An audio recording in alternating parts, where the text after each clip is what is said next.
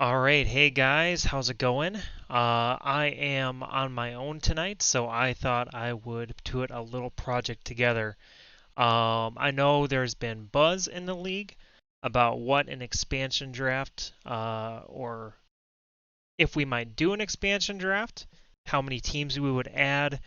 I just figured with all the back and forth we usually have on the rules in the league, I'd get ahead of it and put together a package if we do potentially expand in the future.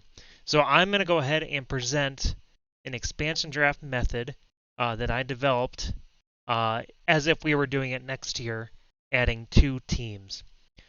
I looked on YouTube. I was a little just curious of like what's out there for expansion drafts. I'm not happy with kind of the methods I found, so I figured I'd put something together, and I just want your guys' feedback on it. So I'll walk you through here. I got a PowerPoint, and then I'll show you what kind of the draft board would look like. So the goals of what we would be doing is adding two new teams. We want to make the new teams competitive. We don't want them to just be stinky teams for a couple years. We also don't want to make them power teams. So don't overpower them and don't underpower them. So we have to strike a balance. Where do you want them to be?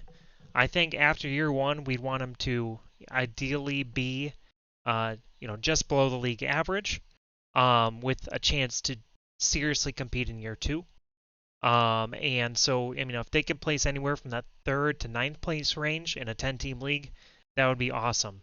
That means they have excitement to go into the next year, and we get them on board for the future. We also want to protect our current team's integrities as best we can.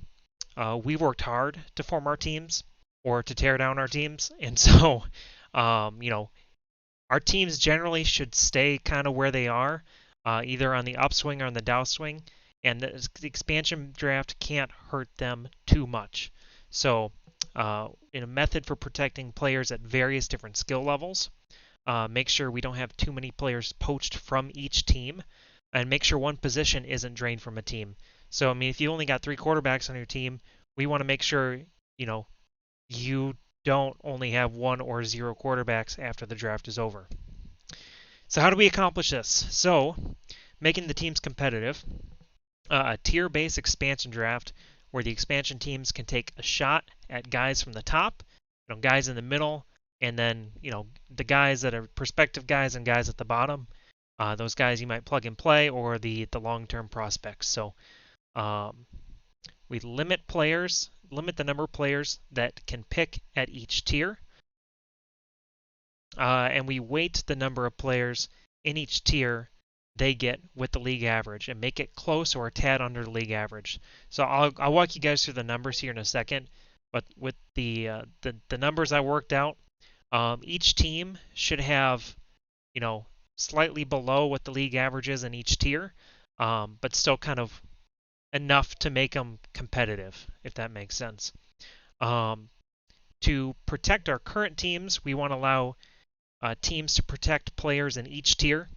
So we want to make sure you can protect the guys at the top that you want to keep, protect your guys in the middle, and protect your guys at the bottom, because we all have guys we love that are at the bottom of our teams, and we have that one or two players at the top that we do not want to lose at all. So yeah, the tier based protection will let us kind of, instead of just outright saying, all right, you get to protect 9 guys on your team, and you pick the 9 best players, or but then you lose your prospective players that you were hoping on developing. This will let you kind of protect a couple at each level. This will actually we protect entire tiers of teams if the prior tee had too many players taken from it. So if you got picked on early on in the draft, there's a mechanism in our draft to protect the next tier from you. So you are entirely protected. So I'll kind of walk you guys through that here in a second when we look at the draft board. Set a limit for how many players from each team can get drafted. This makes it so it's an even distribution, or as even as we can get. So I think I have it set for 6 guys. No more than 6 guys can be drafted from each team, and I'll show you how those numbers work out too. And then set position limits for how many each team can lose. So I've got those numbers worked out too. We want to, only say, hey, one quarterback team. You can only lose one quarterback a team, and same with tight ends. Those guys are at premiums. They're onesie positions, so we want to make sure that, a team's not losing 2 or 3 quarterbacks or tight ends that they spent time to build up in that position. All right, so the basics. So we basically rank players 1 to 200 or greater based on the Startup Dynasty League average draft position rankings. I think this is the best metric for value because it shows you when someone is starting up a Dynasty League where each player is going and what their value is, as opposed to a Dynasty League in the making or that's already been established. You're just drafting rookies, so how do you draft the value of the guys that are already in the league? Startup Dynasty League rankings. So I think we pull from 3 different sites based on a set date before the expansion draft. So 1 week out, we look at 3 different sites' rankings, average out those players, and create a definitive tier list based on those rankings.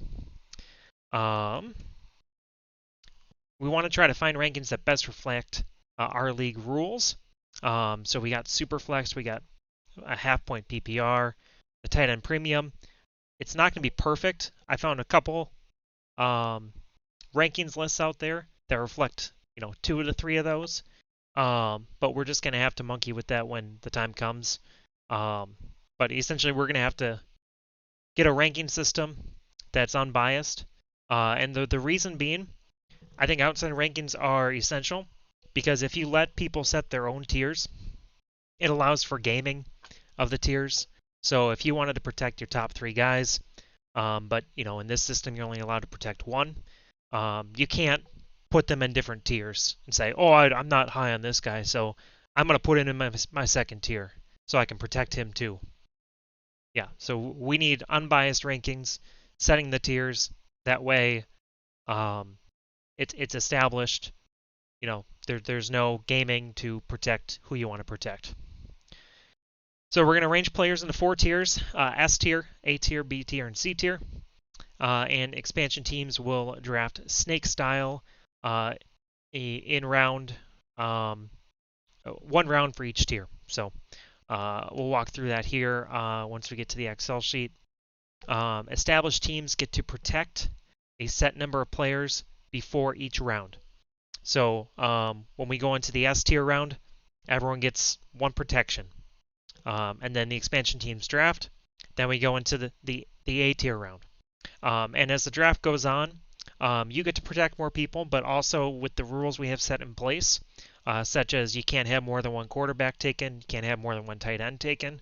I have rules that block out entire tiers for teams. If you've had people taken before, those will also add to your protections. So you'll get more protections than your set number of protections at the beginning. So yeah, that's why we kind of go in rounds, so everyone's kind of part of the expansion draft. Some other rules. If the position limit, like I said, has been taken from your team, that position is protected automatically for the rest of the draft. So if you lose a quarterback, you're done.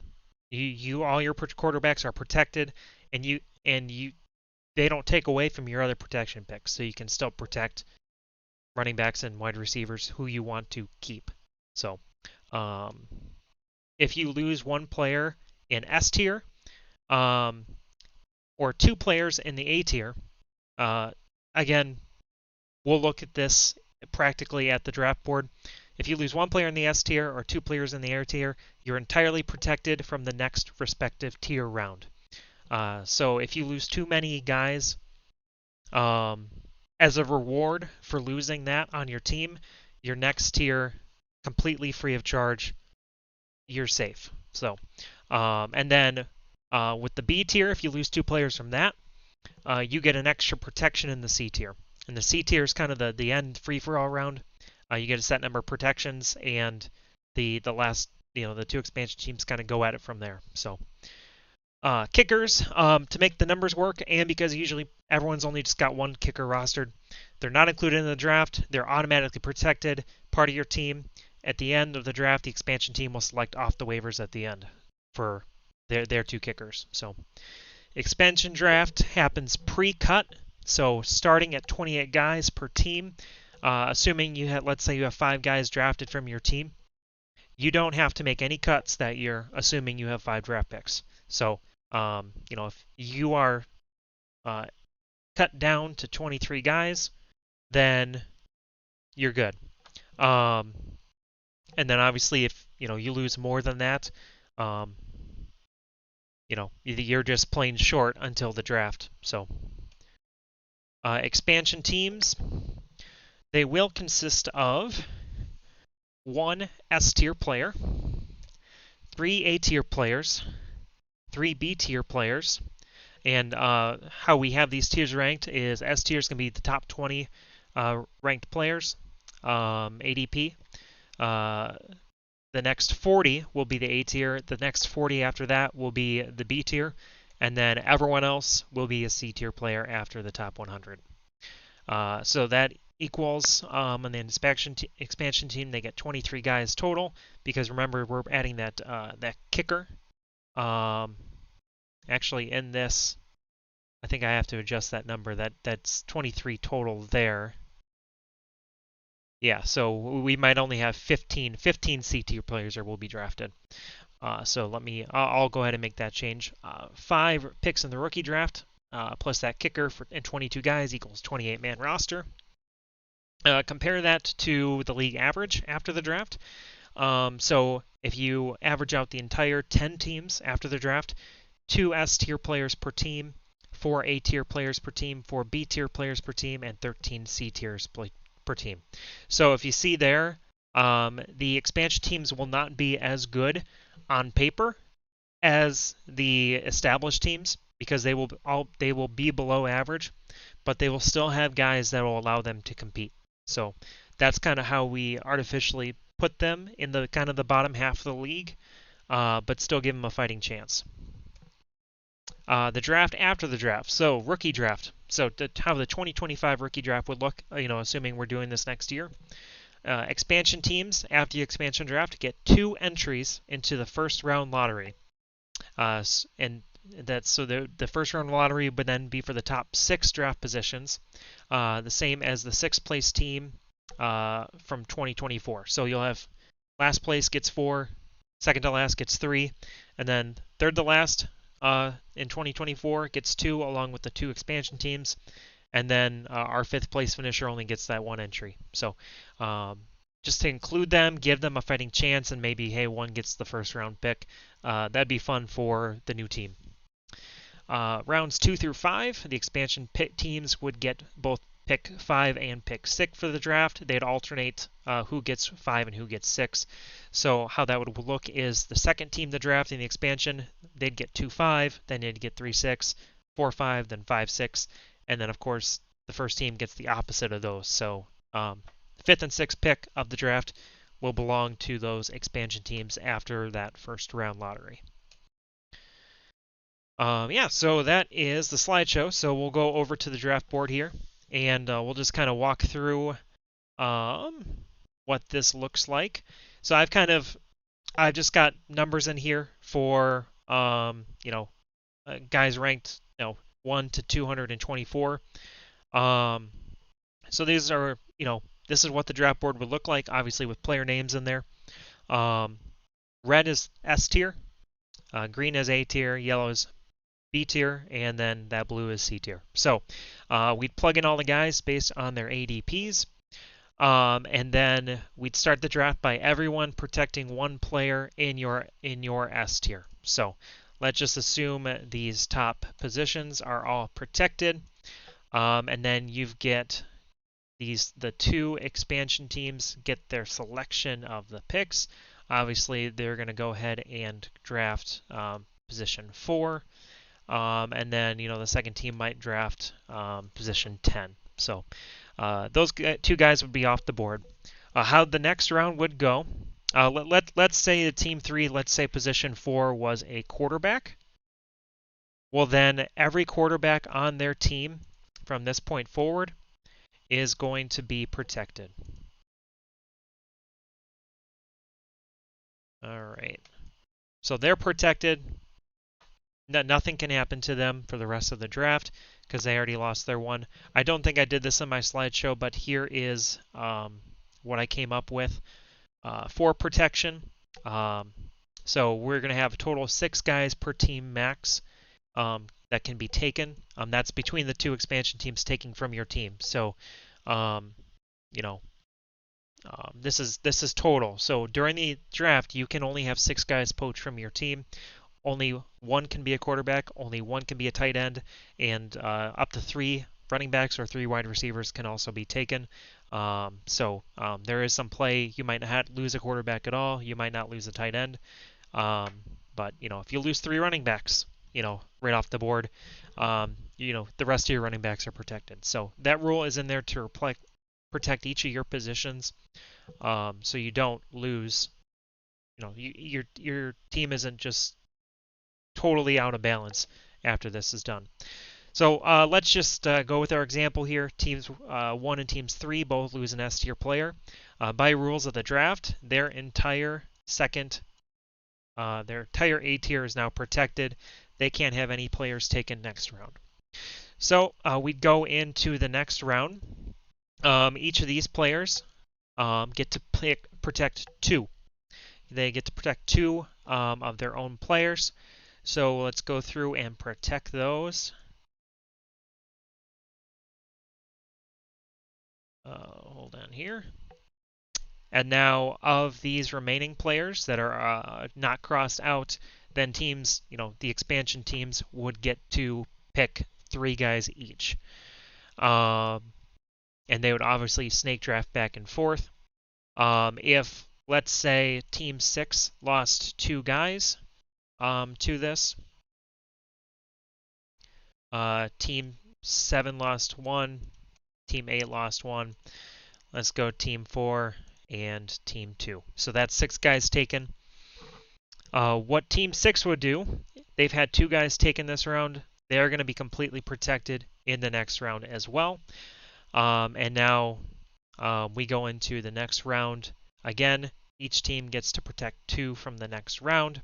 And so on and so forth. Again, keeping in mind position limits, keeping in mind how many players you've had poached from your team already. So we would go ahead and protect 2 in each team. And then just for sake of visualization, we'll go ahead and do that. And obviously more guys will be protected if position limits are being met. If you lose a tight end, if you lose 3 running backs or 3 wide receivers or a quarterback, they will all be protected.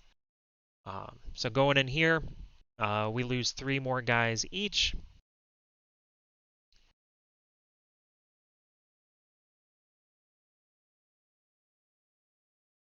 All right, so there's another 6 guys off the board. Team 1, they lost 2 guys. So they're going to get rewarded in the next round with an extra protection. Finally, in the last C tier, I think, protect 3 guys. So you're protecting 3 more guys. Team 1, you can protect 4. Go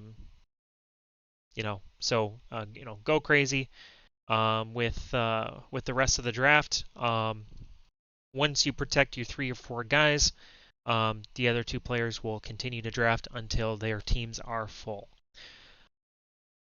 And until there's no players left available on the team. So obviously, towards the end, position limits will be met. You'll lose too many wide receivers, too many running backs. You'll lose 6 guys. Then your team is done, and the expansion teams have to pick from what's left. So it's going to be very restrictive for the expansion teams, which I think is good because it means that our teams are being protected too, but they're also getting a chance to poke at each tier. Um, and they are getting a good choice. I mean, just look at the first tier. Um, you know, only 8 of the 20 guys were being protected. So I mean, they have their choice of 12 of the top 20, and they each get to pick one. So it really is their draft too. Um, and if you're the unfortunate team that they draft a one from, at least your next round's protected because those B tier guys are valuable, or A tier guys are valuable as well. Um, yeah, so kind of that's this method in a nutshell. Thanks for listening. If you guys clicked on the video and didn't just ignore me, yeah, but let me know what you guys think.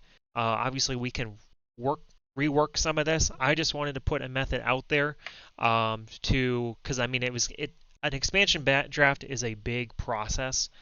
Um, it's a big process, and I just wanted to make sure we have a method out there that we do it right. Um, and that's kind of in a complete package and hits a bunch of check marks and goals, and doesn't really screw the league over, and still keeps it fun. So let me know what you guys think. Take care and have a good night.